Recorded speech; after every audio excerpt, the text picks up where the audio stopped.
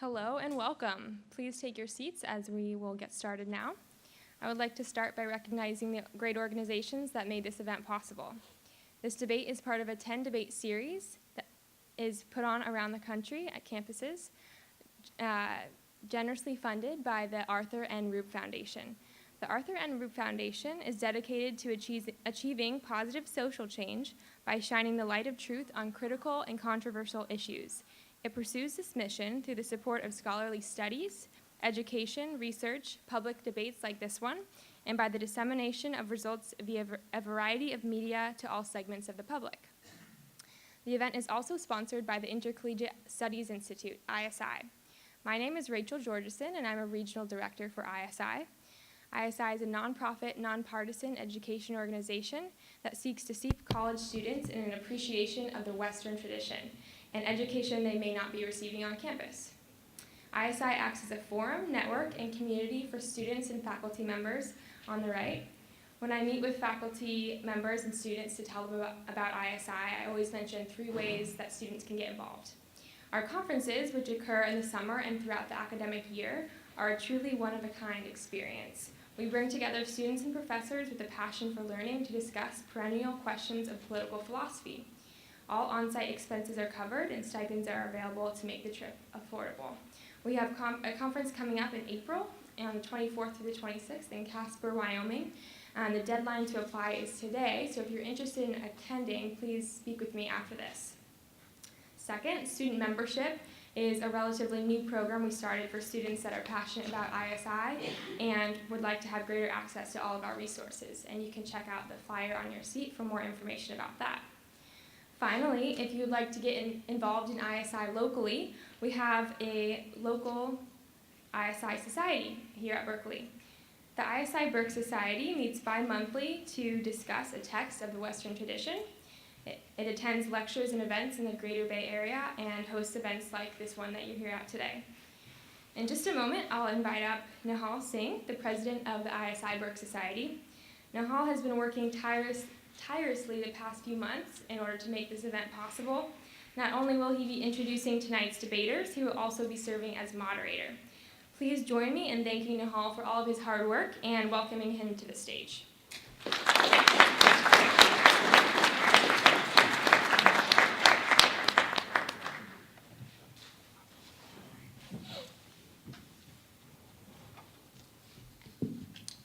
Good evening, everyone, and thank you so much for being here. I will begin by introducing our 2 eminently qualified debaters. Arguing for the motion is Mark Thiessen. He is an author and commentator on foreign and domestic policy. A former member of the White House senior staff, he served as chief speechwriter to President George W. Bush and to Secretary of Defense Donald Rumsfeld.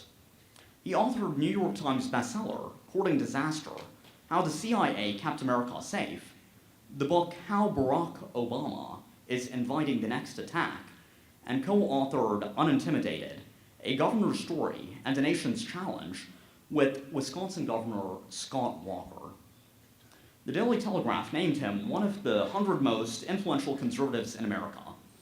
Mr. Thiessen writes a weekly column for the Washington Post, is a regular commentator on Fox News' The Kelly File, and serves as a visiting fellow at the American Enterprise Institute. Can we please give him a round of applause?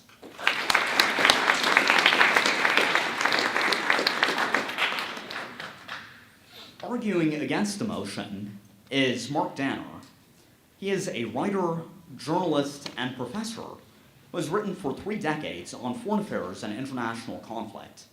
He has covered Central America, Haiti, Balkans, Iraq, and the greater Middle East, among other stories, and has written extensively about the development of American foreign policy during the late Cold War and afterward, with a focus on human rights violations during that time. His books include Torture and the Forever War, Stripping Bare the Body, Politics, Violence, War, and The Secret Way to War, the Downing Street Memo. Professor Danner was a longtime staff writer for The New Yorker and is a regular contributor to the New York Review of Books. Professor Danner is Chancellor's Professor of English and Journalism here at the University of California, Berkeley, and the James Clark Chance Professor of Foreign Affairs and Humanities at Bard College. Let's give him a round, warm of applause as well.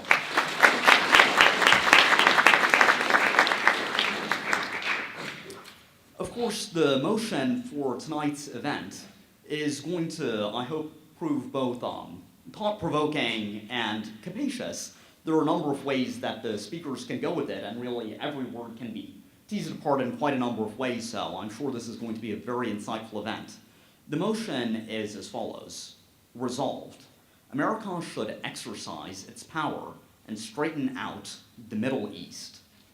In order to determine who the winner and loser of this debate is, we are going to begin with a quick poll of where everyone is in the audience. I'm going to give you the option of voting for the motion, against it, or if you're undecided, you can also express that. So at this point, all the people who are for the motion, resolved, America should exercise its power and straighten out the Middle East, please go ahead and raise your hand.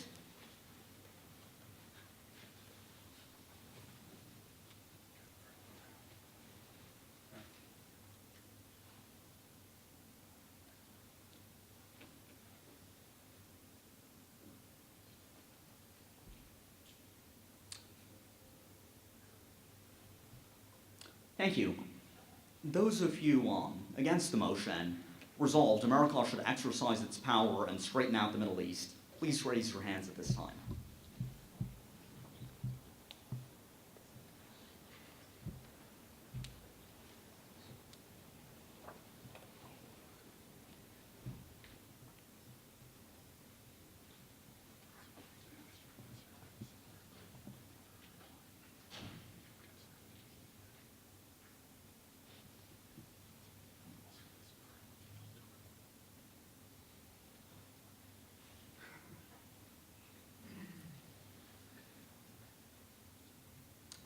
Thank you. And those of you who are undecided, please raise your hands at this time.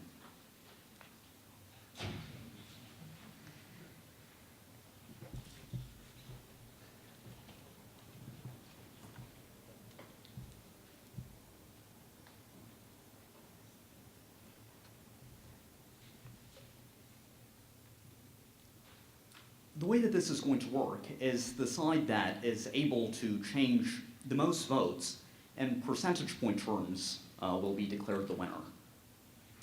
At this point, I'm going to walk you through the format for this evening's event.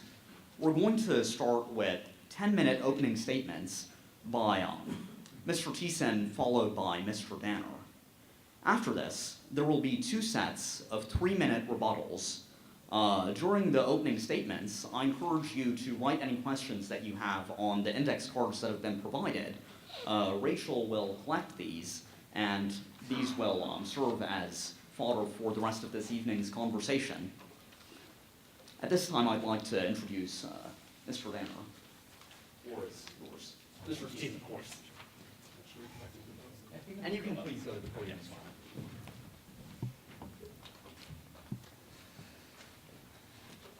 Thank you very much, Nahal.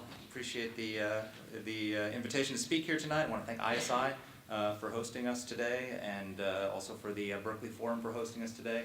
I didn't know we were going to have a poll. To paraphrase William F. Buckley, if I win, I will demand a recount. And I thank Mark for being game today to have this discussion. It's been nice getting to know you and briefly beforehand, and I appreciate it.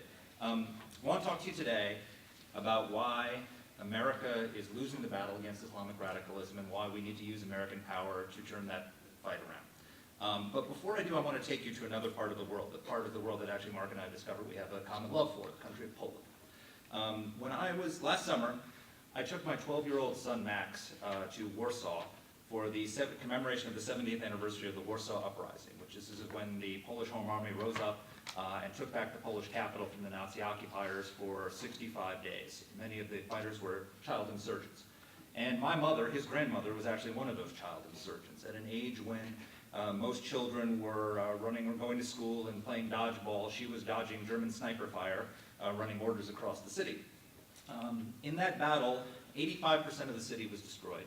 200,000 people were killed, civilians were killed, and 16,000 fighters lost their lives. That's almost the equivalent of the 9/11 attacks every day for 63 days. And as we walked through the city, I showed Max how on every street corner in Warsaw, virtually there's a plaque, I'm sure you've seen these, where they commemorate the people who had been lined up and shot and executed in that spot. And in some of these places, you can actually still stick your finger into the bullet holes that are still in the concrete or in the stones that are there. And after we did that, we rented a car and we drove south to Auschwitz.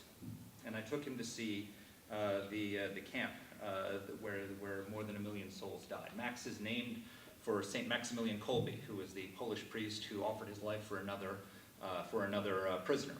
And we visited Father Kolbe's cell, where he was slowly starved to death by the Nazis. We visited the crematorium, where his body was burned along with many other victims. We walked the train tracks, where Joseph Mengele picked his victims, and we saw the leftover suitcases and eyeglasses and hair and children's toys that were left behind by the victims. And the hard thing for me to do, the hardest thing I had to do, was to explain to this 12-year-old child, why did the world's democracies allow this to happen? Why did the world's democracies not stop the Nazi regime, Nazi movement in its infancy, before it indoctrinated millions of people with its hateful ideology, took control of a great power, invaded foreign lands, and built the death camps like the one we were visiting in Auschwitz? And the depressing answer I had to give him was for the same reason that the world's democracies have done nothing to stop the rise of the Islamic State. After spending a day in Auschwitz, I went back with him to our hotel room, and I took out my laptop and I showed him some videos on the internet of the Islamic State and what it's doing. I was careful to choose which ones because he's only 12 years old.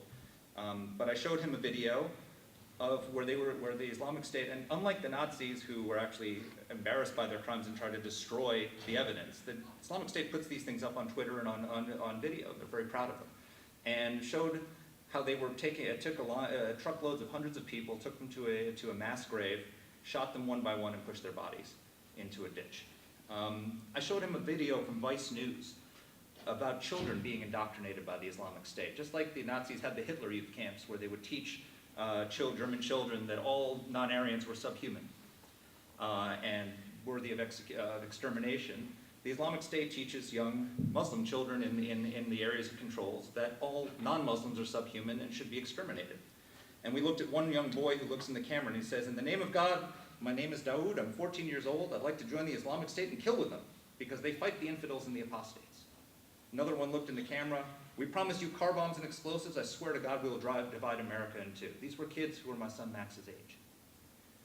And ISIS has not yet developed the capability to kill on the scale commensurate with its hatred, but it's committing horrific crimes against humanity every single day. Beheading unbelievers, sticking decapitated heads on posts, burning people alive in cages, burying women and children alive, crucifying its opponents. During the World Cup, ISIS tweeted a photo of a decapitated head with this message: "This is our ball, it's made of skin, #World Cup." This is the enemy we're facing. This is the same evil my mother fought 70 years ago in Poland in a different guise.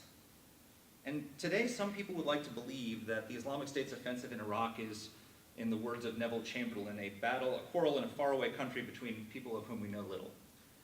In fact, the Islamic State has a messianic vision of building a totalitarian Islamic empire, which they call a caliphate, which is encompassing all current and foreign Muslim lands stretching from Europe to North Africa, the Middle East, and South Asia.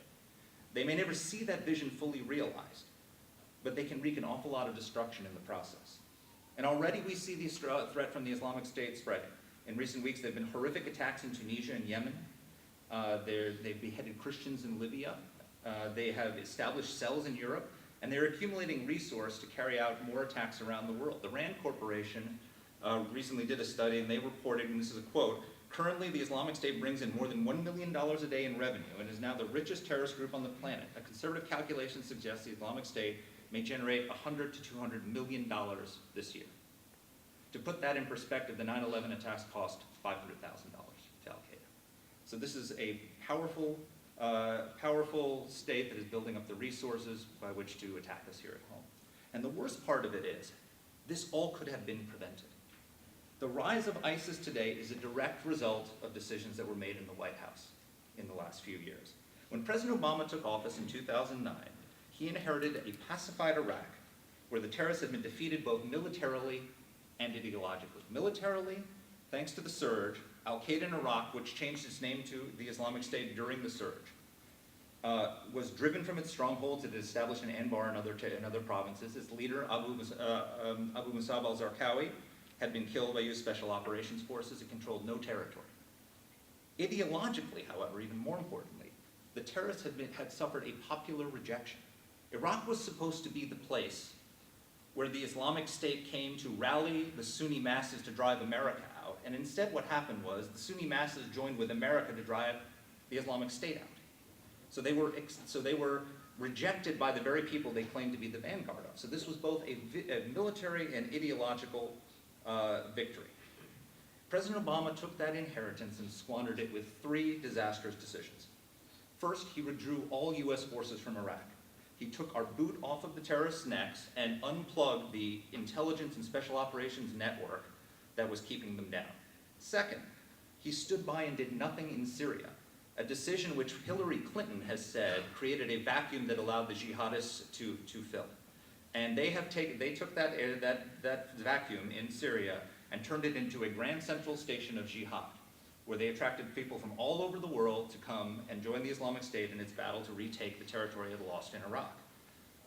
The third decision he made, which was disastrous, was while the Islamic State massed its armies on the border of Iraq, he, for over a year, rejected the pleas of the Iraqi government to carry out airstrikes to take them out before they came in and took over cities and populated areas.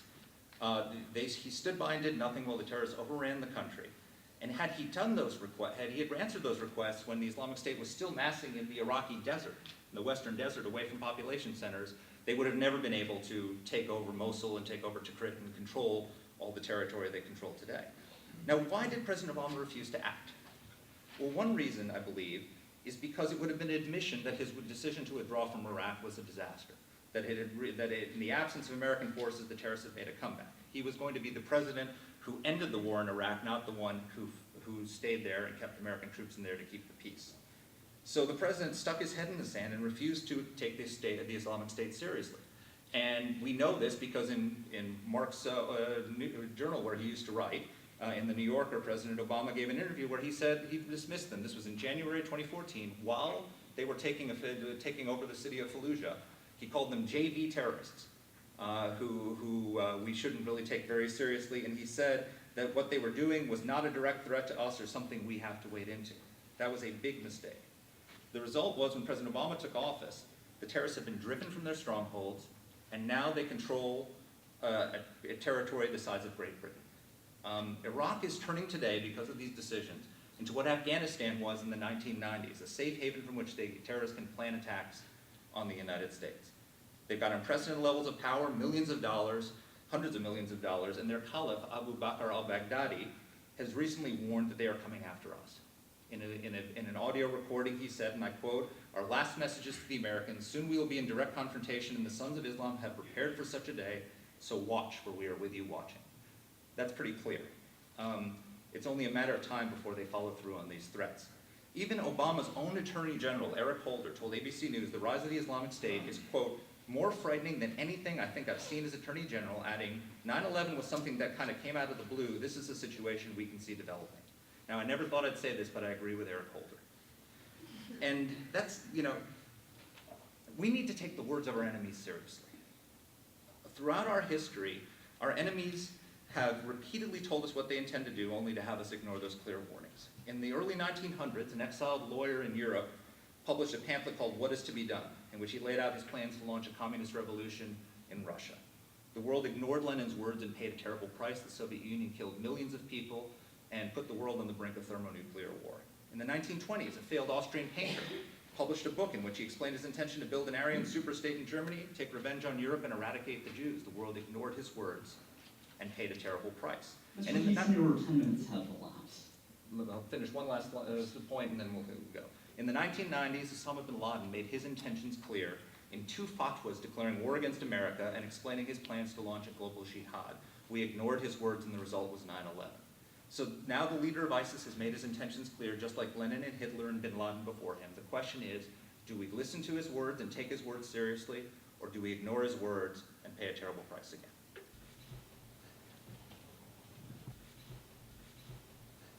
Thank you very much. I'd like to thank ISI, the organizers, for inviting me. I'm delighted to be here. Thank you, Mr. Tyson, for coming out to enemy territory in Berkeley. It's very nice to meet you. The issues we're debating tonight are extremely important ones. I certainly agree about that. Couldn't be more important. In fact, I think what I should do is begin in the spirit of comity with where my debating partner and I unquestionably agreed, and that is his statement that the rise of the Islamic State is a direct result of decisions that were made in the White House. This is absolutely true, absolutely true.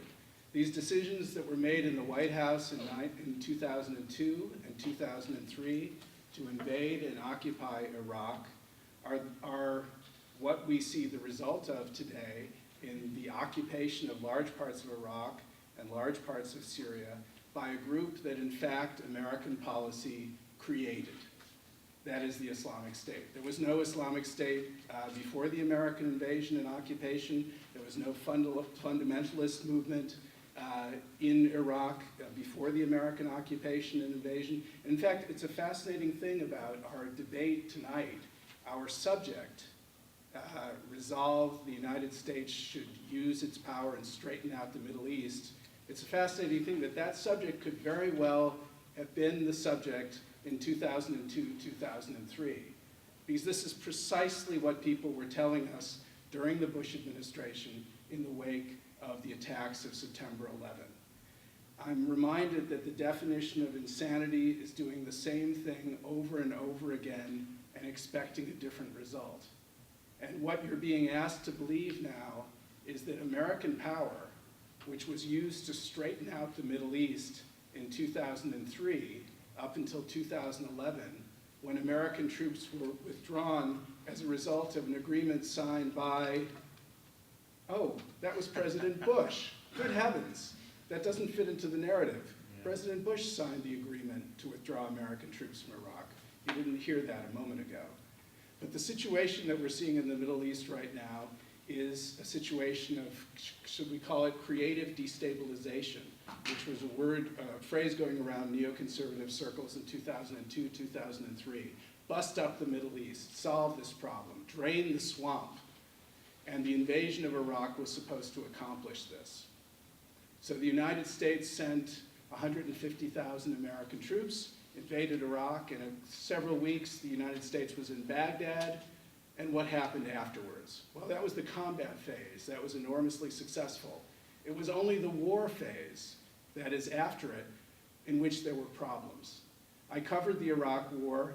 I was there on 4 different occasions for a number of weeks each time, wrote about it, reported from around the country. And it's fascinating to me to hear this version of Iraq that you've just heard here tonight. This version goes something like this. Obama came into office. The Iraq War was going fine. The surge had pacified the country completely. And then Obama withdrew the troops and threw away this glorious victory. Well, I remember it somewhat differently. The situation in Iraq in 2006, 2007, where 4,000 Iraqis were dying every month. 4,000 every month. Iraq is about 1/10 of the size of the United States.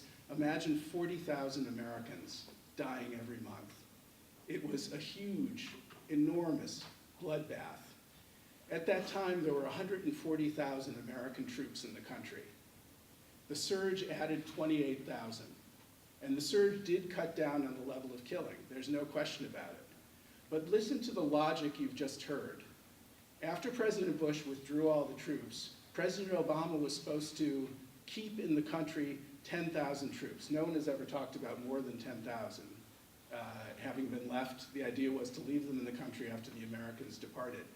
Now, what is the logic that tells us when 140,000 troops couldn't pacify Iraq, that 10,000 troops left there could?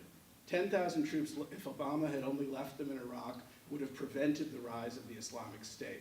This is a complete fairy tale. You know how many policemen there are patrolling Manhattan? 40,000. You think 10,000 in the entire country of Iraq were going to pacify that country and prevent the rise of the Islamic State? But don't take my word for it. Perhaps you could take the word of General Petraeus, who ran the surge, the military genius who ran the surge. The proximate cause of Iraq's unraveling, he told the Washington Post, was the increasing authoritarian, sectarian, and corrupt conduct of the Iraqi government and its leader after the departure of the last U.S. combat forces in 2011. The actions of the Iraqi prime minister undid the major accomplishment of the surge. They alienated the Iraqi Sunnis and once again created in the Sunni areas fertile fields for the planting of the seeds of extremism, essentially opening the door to the takeover of the Islamic State. A great deal of responsibility lies with Prime Minister Maliki, he said. And General Petraeus went on, as for the U.S. role, could all of this have been averted if we had kept 10,000 troops here? I honestly don't know. He then says that he wished we could have tested the proposition and kept a substantial force on the ground, which was never in question. So the Islamic State, which I agree is a dangerous, noxious, horrible force. They behead people, they're great at creating terrorist spectacles that scare the bejesus out of everybody, rose as a result of exactly this proposition. America should use its power and straighten out the Middle East. Precisely that in 2002. And the question is, should we learn the limits of American power? The United States has the greatest military power in the history of the world. When you talk about the ability to destroy things, the United States could destroy any country on the globe. But that is not the only way to judge what power is. Another way to judge what power is do you have the strength to build something in place of what you destroy? And in that area, the United States' power is distinctly limited. Why, indeed, were those troops withdrawn in 2011? Because the American public was exhausted. Because George Bush signed that agreement. Why? He was reflecting the sentiments of the American public. Why has the United States not gotten involved in Syria? At a point 2 years ago, President Obama was going to bomb the Syrians because of their use of chemical weapons. He was going to go to Congress for approval. Why didn't he do that? Because Congress would have turned him down. Because the temperament of the American public now is not to get involved in yet another war in the Middle East in which the unintended consequences will leave us in a worse position than when we started. Don't want to take my word for that? Why don't we listen to a conservative whose view I quite respect, former Secretary of Defense Robert M. Gates, who was hired as a replacement for Mr. Tyson's former boss, Donald Rumsfeld at the Department of Defense.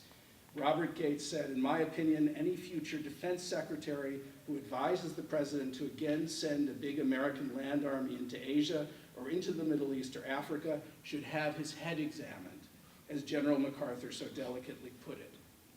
That's from Robert M. Gates. I'll give you a quote from another conservative, Richard Burr, who is now the chairman. He's a senator for North Carolina. He's the chairman of the Senate Intelligence Committee. He was asked about what to do about Yemen. Who do you attack, he asked. Do you attack the Houthis? Do you attack ISIL? Do you attack Al-Qaeda? The difficulty is that everyone in Yemen that's in conflict is an enemy of ours. When you are not convinced that by your actions you can make things better, do not invade, do not occupy, do not bomb. The United States has a policy now which is to gather a coalition together to face off against the Islamic State and to support them with air power. That is what it's been doing since September of last year.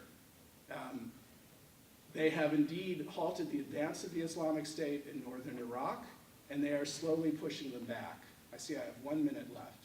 Let me say that when we talk about unintended consequences, we can look at the fact that our allies in Iraq now are the Iranians. They are the troops on the ground who are helping, the generals on the ground who are leading our former Iraqi allies. Why is that? Unintended consequence of the invasion, the George W. Bush invasion and occupation of Iraq. It empowered Iran, not just in Iraq, where it now holds sway in half the country, but in Syria and in Lebanon. Lebanon already it had power, but in Syria as well.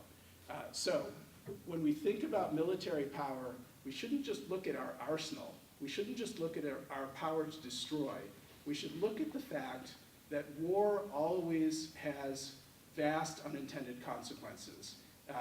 As the great diplomat George F. Kennan said, in war you always know where you start, you never know where you're going to end up. And if you don't know precisely what you're going to achieve with military force, it doesn't do well to stand here and compare the Islamic State to the Soviet Union, or the Islamic State to Nazi Germany, or to talk about the Islamic State in the context of Auschwitz. This is rhetoric, inflammatory rhetoric, that leads us away from a precise calculation of what exactly we would try to achieve with the United States' vaunted military power. And I would say to you tonight, to all of you, that indeed, if you don't remember the past, you are condemned to repeat it. And when we talk about the past, we are talking about a very, very recent past. We are talking about basically 10, 12 years ago, when we were having this very debate. All we have to do is look at the Middle East, look at the structure of power there, and say, did the Iraq War lead the United States into a better position? Did it promote American interests, or did it lead us into a much worse position?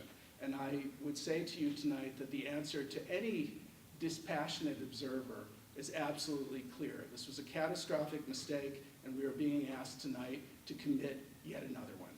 Thank you very much.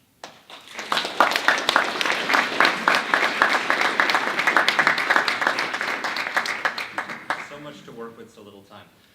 So, question for the audience. How many people think if George W. Bush had been president in 2011, we would have withdrawn every single American soldier out of Iraq? Thank you. So, the idea that all Barack Obama was doing was carrying out George W. Bush's withdrawal from Iraq is absolutely erroneous, and you know it. He did sign that agreement. No. So the status of force. So you have to understand, in any country where you have foreign forces, it's an unnatural situation, and there's political cost to it. In Japan, we have problems in Okinawa because of American presence in that country. They're political problems. So there's a political cost if you're an Iraqi leader to being welcoming to an American presence of a foreign troops in your country. The Iraqis desperately wanted the Americans to stay, okay? And you're wrong when you say that no one was contemplating more than 10,000 troops. In fact, the US military, General Austin, recommended 30,000 troops. This is how this happened, okay? So there are two powers that are in play in Iraq. There's the Iranians, which are just across the border, as you can see on the map there, and who are a huge influence in that country and want the Americans to leave. And then there's the Americans. The Iraqi government wants the Americans to stay, all right? General Austin recommends 30,000 troops. President Obama says, you've got to be kidding me, not happening. So he says, come up with options. So General Austin comes back to him with options of 20,000, 15,000, or in extremis, 10,000 as a bare minimum floor. President Obama goes with 10,000. He then goes to the Iraqi government and begins negotiating with the Iraqi government, and the Iraqi, in the midst of the negotiations, lowers that to between 3,000 to 5,000. So if you're an Iraqi leader, and the Iranians are lobbying your legislators, they are bribing people, they are threatening people to vote against a status of forces agreement, and what do you see? You see the United States running for the door. You see a president who doesn't want to stay, who's offering you 3,000 to 5,000 troops, which can't do anything, as opposed to 30,000, which could, according to our military. And what do you say? It's not worth the cost. So they decided to make their bed with the Iranians because we were leaving. We were running for the exits. President Obama said, I'm turning the page. We've got to focus on nation building here at home. They hear all that in Iraq, and so they say the Americans are running for the exits. We've got to make our bed with the Iranians. So it wasn't the Bush administration that turned Iraq into an Iranian client. It was the American withdrawal. Right now, on the ground, in this vaunted offensive that Mark is praising so much, the United States Air Force is providing air cover for the Iranian Revolutionary Guards Quds Force and Iranian-backed Shiite militias, which were responsible for 1/3 of the American casualties in Iraq. We are their Air Force. These are the people that we have subcontracted the battle against ISIS to. So let's say, so Iran is the Shia face of Islamic radicalism that wants to destroy us and wants to get a nuclear weapon and dominate the Middle East.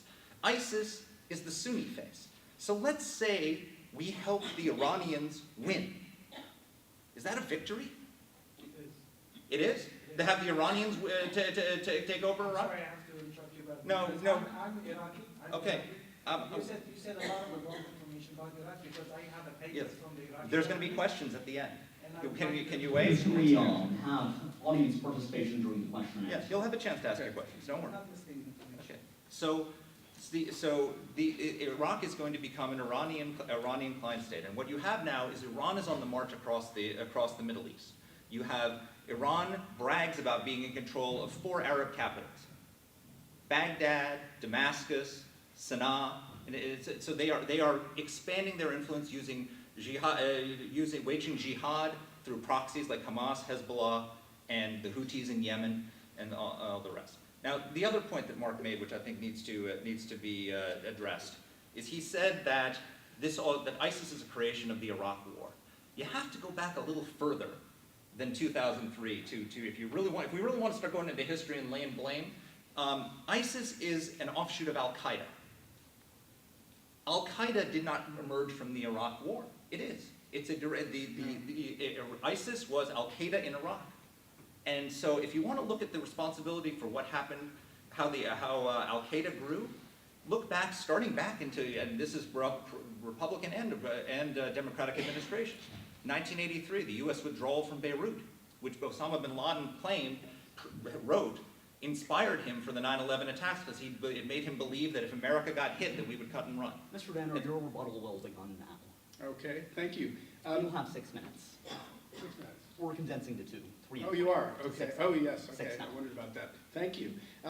You know, there's some fantasies being perpetrated here, and you get to a point in a debate like this, who are you going to believe? I would say about the surge and this fantasy that, oh my gosh, the surge in 2007 completely won the war. And then Obama came into office and he threw away the fruits of this glorious victory in Iraq. This is just nonsense. This is really nonsense. And the notion that, well, if Bush was president, he would have kept troops there. How many troops and for how long? It is true you had a general who recommended 30,000, there's no question about it. It is also true, by the way, that President Bush did sign the agreement that would remove every American troop from Iraq. That is absolutely the case. Look it up at your leisure. But this idea that actually Obama came in and frittered away the great fruits of victory just is a fantasy. I cited the figures before about the number of troops in Iraq when the killing was at its worst, 140,000 American troops. The surge brought that up to 168,000. Under what construction, in reality, would a handful of American troops, whether 10,000 or even 30,000 if you'd like, be able to keep a lid on the country in that situation when 140,000 couldn't? This is a fantasy. It is a mythology. It's also a mythology to say, well, actually, ISIS is originally Al-Qaeda. Al-Qaeda in Iraq emerged out of the Iraq War. That is a historical fact. Zarqawi emerged out of the Iraq War. I mean, there is no question about this. You can talk about the roots of Al-Qaeda. You can go back as far as you like. You can talk about Beirut in 1983. But you do reach a point where there are, in fact, historical facts that can be verified. The real question here is, what is Mr. Tyson proposing here? And the proposal is that the United States, I mean, I can quote him, don't just counter violent extremists, defeat them, he wrote in the Washington Post on February 23rd. When the world sees the Islamic State retreating and its leaders in orange jumpsuits boarding planes for Guantanamo Bay, it will know that the United States is the strong horse again, and suddenly the Islamic State's ideology will lose its current sheen. Soft power, when it is not backed by hard power, is just softness, and softness won't defeat the Islamic State. What are we talking about when we're talking about hard power? We're talking about American troops on the ground. So we're talking about, apparently, a reinvasion and reoccupation of Iraq. Doesn't that sound like a good idea? That's brilliant. Why didn't I think of that? A reinvasion and a reoccupation of Iraq, because things worked out so well the last time. When you look at this map, you can see Iran, you can see Iraq, and the fact is that Iran, in the lower half of the country of Iraq, holds ideological sway now. Why is that? Because the United States invaded, because eventually they had elections, because you had a Shia sympathetic government which took power, and very predictably, Iran is now the dominantly influential state in that part of Iraq. The other end, indeed, ISIS, a good part of ISIS holds power. There's no question about it. The United States has responded by assembling a coalition and supporting them with air power. It is true that the Iranians are influential on the ground, there's no doubt about it, but the alternative to that is indeed a reoccupation of Iraq by American forces. And whether or not my debating partner here would like to see that, the American people will not in a million years support it. You can bemoan the fact that President Obama is in the White House, but you cannot deny the fact that President Obama is in the White House in large part because of the distinct unpopularity of the Iraq War. He was the single major candidate who had opposed the war from the start. He said, "I'm not a pacifist, I don't oppose all wars, I oppose dumb wars." And it seems to me that actually is a rather intelligent statement. Let's oppose dumb wars. The one thing I have not heard tonight is an actual proposal for a real policy in the Middle East to use American power. You know, Napoleon said, or is said to have said, you can do everything with a bayonet except sit on it. I realize that image is very vivid, don't think about it too much. What he meant by that is that military power, as I said in my opening remarks, is very good at destroying things, at blowing them up. It is not very good at establishing an enduring order. It is not very good at recalibrating a society and returning it to a state of stability. We see this in Afghanistan, we see this in Iraq, we see this in Yemen. How many times do we have to see it before we learn that even though we have these fancy weapons and this impressive military, there are many things, there are many uses to which we can put it which will leave us in a worse situation than when we started.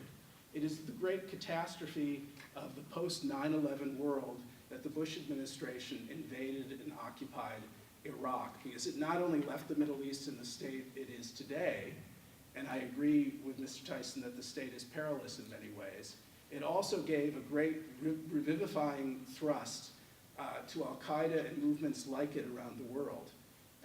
Why? Because the United States, in invading and occupying Iraq, gave a proliferation of images of Americans shooting, beating, torturing, putting their boots on the back of Muslims. That is to say, by invading and occupying Iraq, the United States supplied telegenic proof of the fact that we are the caricature that they had made of us. So ideologically, it was an enormous boon to the very enemies that Mr. Tyson is warning us about.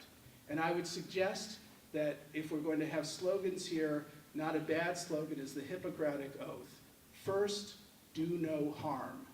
And the use of American power in the way that it's being proposed tonight, I can assure you, will do one thing absolutely, and that is it will add to the power of the enemies that Mr. Tyson is so eloquently denouncing. So let's not make things worse. Let's begin by not making things worse, and if you wonder about making things worse, about how that can happen, I ask you simply to cast your eye over recent history. Recent history has seldom given us a more vivid example of the United States using its military force to, in effect, make things worse and harm its own interests. In the Let's not interest do it of again. time, I will now entertain 2 questions from the audience, after which we'll move into closing statements. The two into 6 minutes in the interest of time again. Yes, the gentleman raising his hand. If you can just stand and project your question, please. Yes, Mark, you shook your head when you heard Al-Qaeda created ISIS. Why do you disagree?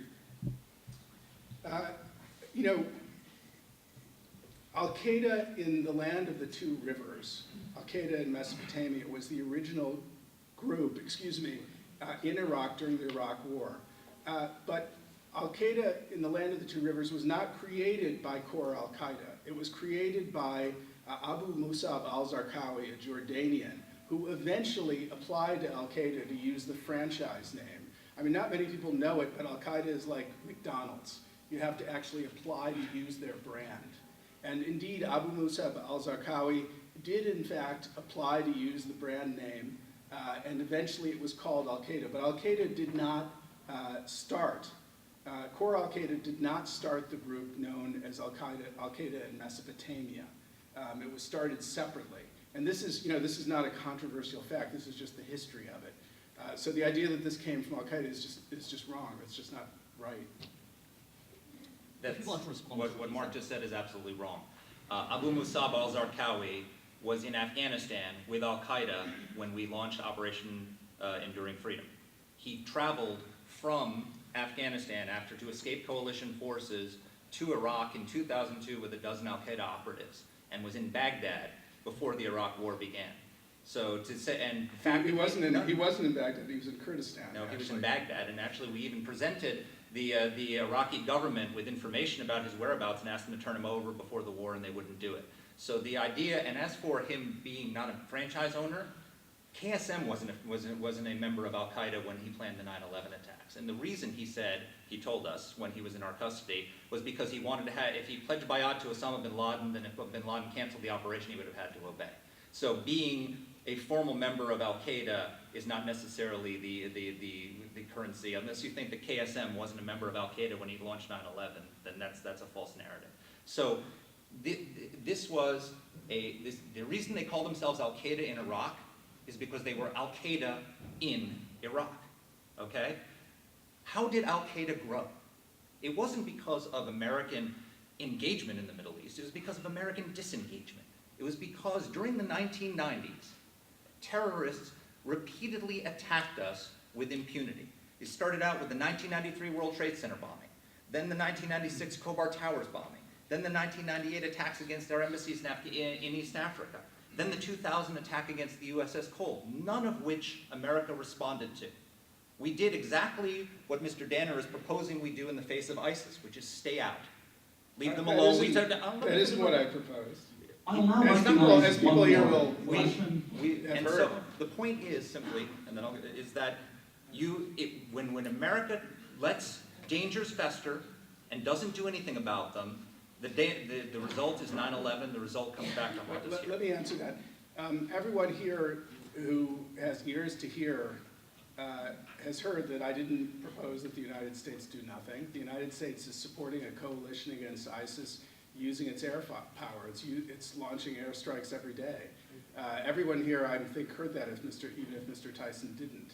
The question is it reasonable that the United States launch another ground war in the Middle East? That's not what we're talking about. No one's proposed that. I proposed that? You said that I That proposed a seems to reinvasion. be what I read your No, words. that's not It what I seems to said. be No, what you've written. no. Look, if you talk I'm to- sorry, so what You are wanna- you proposing? I'd be then? happy to tell you if you'd like. Were people under the impression that we're talking about using American military power in Oh, the I'm Middle talking East? about using American military power. I'm not talking about a reinvasion with hundreds of thousands of troops, which is what you attributed to me. You said I was proposing a reinvasion and reoccupation of Iraq, which is factually incorrect. I will tell you exactly what I support. I support exactly what President Obama's military commanders support. They need about 10,000 troops to go in there. They need special operations forces to be embedded with the Iraqi units so that they can go and engage in combat and improve their combat. They need forward air controllers, which are special operations Air Force guys that go in behind enemy lines and call in airstrikes. They need direct action teams, which are joint CIA and and special operations teams that go after the leadership and take them out. And they need some Apache helicopters. About 10,000 troops, which ironically is what we were supposed to leave behind in the first place, which is the people that Mr. Danner says couldn't do anything. That's what our military commanders are recommending right now. President Obama has rejected the advice of his own military commanders in what's necessary to defeat these people. And so what we have here, the situation that Mr. Danner supports, is that we launch these pinprick airstrikes that are doing nothing on the ground. In fact, they're strengthening ISIS, because ISIS, President Obama says, we're going to degrade and destroy ISIS. And we bombed them for 6 months, and what's happened? Nothing. They're still in control. So the message they send to the world is, we're the strong horse, we can withstand the best the Americans can throw at us. They still control all their territory, and what does that do? That recruits people, because they seem to be the strong horse, not the weak horse. Let me just add here, I know this is supposed to be the question period, but it seems to be a debate is continuing. Let me just add here that it is the usual format of sort of sidestepping into a military engagement that one doesn't intend, that one promises at the outset that it will be, to quote a writer just before the Iraq War, a cakewalk. That is to say, only 10,000 troops will be necessary to go in and defeat ISIS. It's going to be easy. In fact, if you just left these original 10,000 troops in 2011, we wouldn't have this problem to begin with. Only 10,000 troops. Just like at the beginning of the Iraq War, you know what, we can go in with 80,000. No problem. It's going to be a cakewalk. This is the usual thing you hear before a catastrophic military intervention, which is that it's easy. Americans will go in a few thousand, all opposition will fall before them. It's nonsense. We've heard it before, way back to Vietnam. I will take one more question, after which we will have two strictly 2 minutes closing statements. Yes. I need to actually do a clarification. First of all, the Iraqi people, they don't want you to come to Iraq and interfere. Second of all, the popular force, which is the Shia, and do you know what is this? Of course you don't, so you don't have the right to talk about the Shia. Basically, the Shia took over Amarli city with 4,000 soldiers. They took over BG with 2,000 soldiers. They took over... Please, can you rephrase this in the form of a question? No, excuse me, because this is misleading information. He is giving us a misleading information, and as an Iraqi After citizen... the event, go back and forth, but if we don't have a question, we'll have to move on. Is there another question? Well, why don't you let him ask me? Do you have a Thank you question? so much. You have a Do you have a Thank question? No, do you have a My question? question is, if we want a military intervention in Iraq, what we need is 80,000 soldiers to go over Mosul. If you can do that, then you're welcome to do that. If not, then please stay out. That is the thing. So the Shia, the militias that you're talking about, the fighters are fully owned, operated, and funded by the Iranian regime and the Quds Force, General Soleimani, who is one of the most brutal terrorist leaders in the world. Qasem Soleimani is not a terrorist. Well, can we agree, Mark, that Qasem Soleimani is a terrorist? Is he? Can we agree on that? He's certainly a militia guerrilla leader, no question about We it. can't agree that he's a terrorist? I wouldn't. You wouldn't go that far. using that Interesting. word. Well, that tells you a lot. Well, Look, here's the situation we have. Okay. So Mark says that 10,000 troops won't do it, but the pinprick airstrikes we're doing are just fine, right? So he's perfectly fine with us just bombing ISIS a little bit and letting them control territory and stay where they are, or depending on the Iranian Revolutionary Guard to do the fight against them, so that we have we hand over Iraq from one branch of Shia Islamic radicalism to another. That's his solution. This is a danger to our country. The leader of ISIS has said they are coming after us. Okay? So if we have learned anything from the experience of 9/11, is that we cannot let them continue to do what they're doing in Iraq today and ignore the threat, because it's going to come back to haunt us. We do not need to reinvade Iraq. We do not need hundreds of thousands of troops. No one is suggesting that. The Iraqi government can fight its own battles. They need our assistance. They need our support. They need air power. They need some enablers on the ground so that they don't have to go to Qasem Soleimani, who is a terrorist, to do it for us. That is the situation we have in Iraq today. You're being disrespectful to the Shia, you know that? At No, this I'm being point, disrespectful to Dr. the Banner may Iranians. respond to the question, and after that, we're going to move into And you the have to closing review statements. the Islamic State leader. In 18 November, he said, kill the Shia, kill the Saud and his soldier, and then kill the Crusader. So if you work at the US government, you need to be aware of the Shia militia and what the Shia people want. All right. And next time, it's Don't more respectful remember to have it. Iraqi people. And you and Bush would have been great Nazis. Forum. My mother fought the Nazis, sir. Thank you. Dave I'm Barry sorry. once had a column where he said, when you're losing an argument, compare your enemy to Adolf Hitler. I'm sorry, am I supposed to be summing up or? You'll have an opportunity to respond or say anything that you'd like to say, following which we are going to have 2-minute closing statements, beginning with you, Ladies and then and- Mr. Thiessen. Ladies and gentlemen, thank you for your patience. I think we're getting to the closing. I'm supposed to respond to the gentleman who unfortunately has already left. I think his remarks about disrespect are quite indicative of something. And I've heard, thank you. We did not arrange that beforehand. His remarks about disrespect are quite indicative of something. And it's something that I've seen in Iraq, which is when you invade a country without knowing very much about it and think you're going to be able to change it by killing people, because that's what an invasion and an occupation is. You lose very quickly the respect of those people on the ground. In fact, most of them you've lost the respect before you've even entered. It was a fantasy that the United States would be welcomed with sweets and flowers in Iraq. What is certain is that the politics of the countries that we're looking at here, not just Iraq, but Syria, Iran, and others, are complex. Their sectarian differences, their economic and political differences. The United States, again and again, has blundered into situations that it scarcely understands, under the mistaken belief that its military power will be welcomed, and that its attempts at social engineering, based very often on ignorance, will be successful. Very often the United States, despite what we can ascribe to it as good intentions, if you like, has failed. And I am sympathetic to the gentleman who left, because I saw this attitude again and again in Iraq.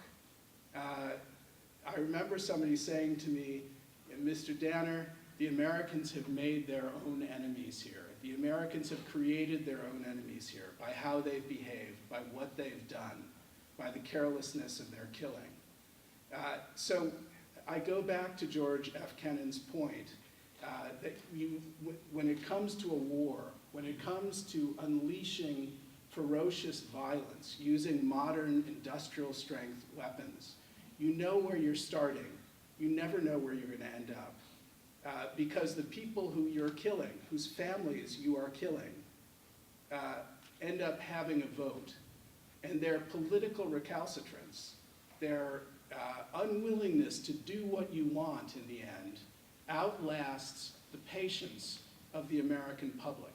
That happened in Vietnam, that happened in Iraq, that happened in effect in Afghanistan. And so when I hear these arguments about military force, and then I hear the voice, the rather eloquent voice of that gentleman, I'm very sympathetic to him because I have seen it again and again on the ground in my own reporting. I'm not talking here from the point of view of somebody who simply gazes at this and theorizes about it. I've been a war correspondent for the last 25 years. And the voice you just heard, the disappointment, the anger at perceived disrespect, is one I've heard again and again directed toward the United States and toward the American people. You know, that question you always hear, why do they hate us? Well, you just heard the answer to that in that voice. This concludes the question and answer segment. Now we will have 2-minute closing statements by both speakers. And in the interest of fairness, this time we will begin with Professor Danner and conclude with Mr. Thiessen.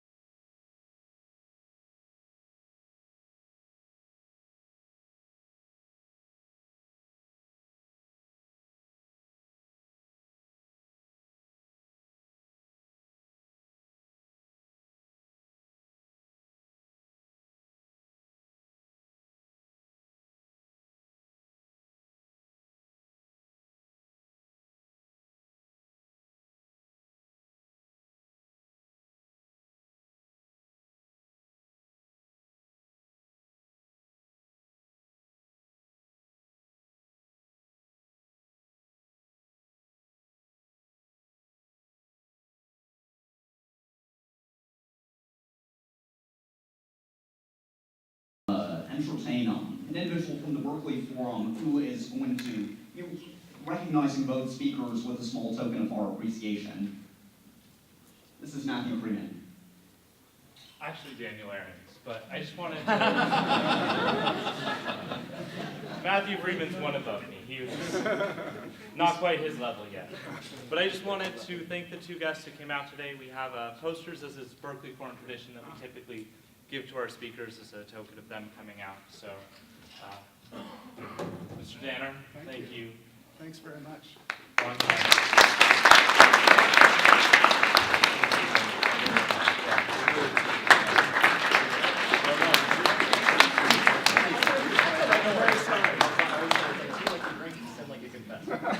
I like that. I'm sorry. It's all right, I don't realized worry. that the other didn't say that. Right, and before people leave, I do have a few ISI books to give away. They're also published books.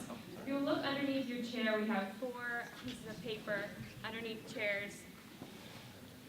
If it says free book winner, please come see me after the event for a free book. Thank you all for coming.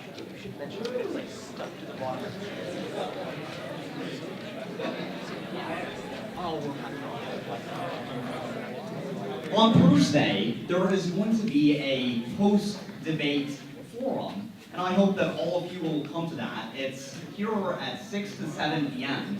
in 121 Wheeler. So if you would like to express your sentiments, perhaps we can come to some conclusions, though it was a very insightful event, and I thank both speakers for that. More details on that. It's a very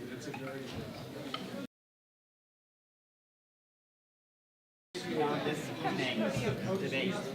In the hall. No, use the podium.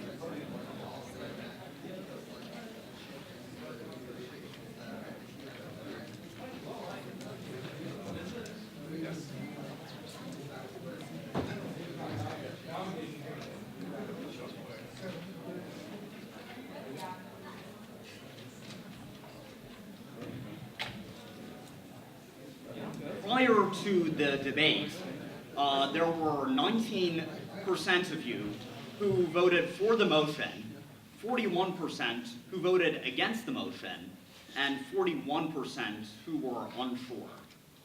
After the debate, the results were as follows: 33% for the motion, 60% against the motion, and 6% who are unsure.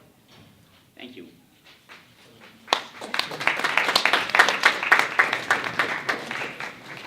I'm not sure what, I think we both pulled something to our side. I think we did. I will have to post the number.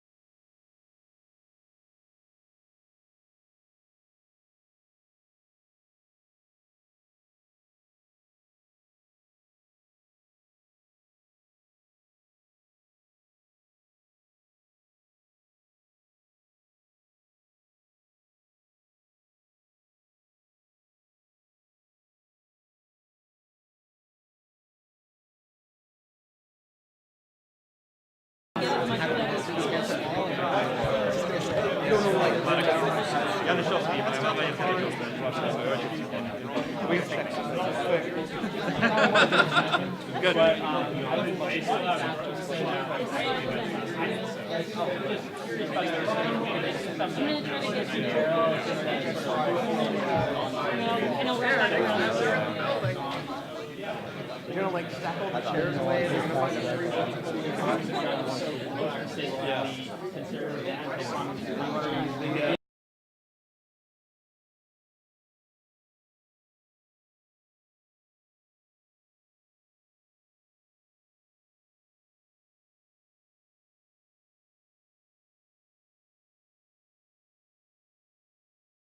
they probably would have otherwise in the post-World War II structure. And the U.S. did not take as much enough interest in protecting Soviet, but it was always sort of the kind of ideal that was going to liberate Poland to liberate from the Soviets. But in that sense, the U.S. was looking for a government on Iraq that aligns with its interests and was looking for Iraq to actually see some of these counterweight, like Iran, to that is also potentially dangerous to the opposite of Iran is the other.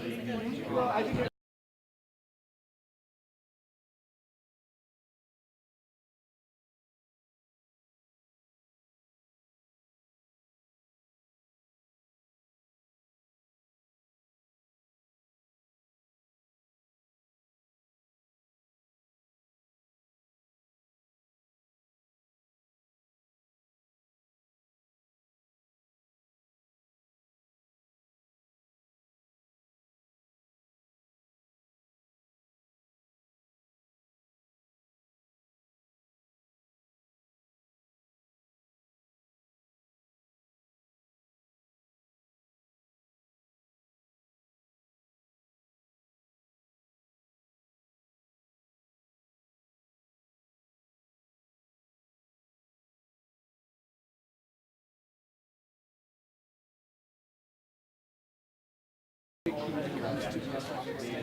United States has to work with its allies, also threatened by the Islamic State, and work to decrease its area of domination bit by bit, and work against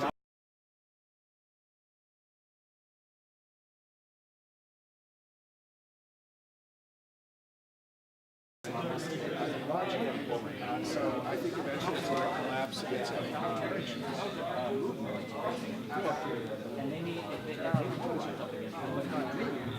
I gave you